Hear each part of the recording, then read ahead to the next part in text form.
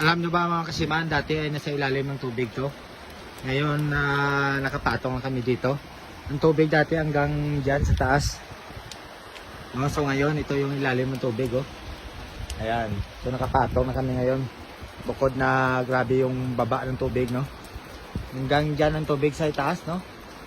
So ngayon nandito na kami sa ilalim, no. Wala ng tubig. Bukod kay nasira na, no.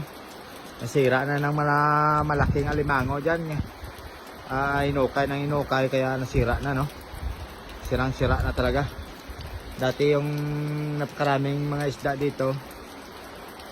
Grabe yung isda dito. Ngayon wala na masyado kasi wala na, sira na, no. Nasigalisan, hindi natin alam kung saan na napunta sila.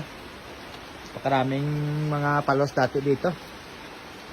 Ito yung mga bahay ng palos, na pinagkukunan namin. Ayan, oh, sa ilalim na yan. Kasi ang tubig hanggang doon pa. Ngayon wala na.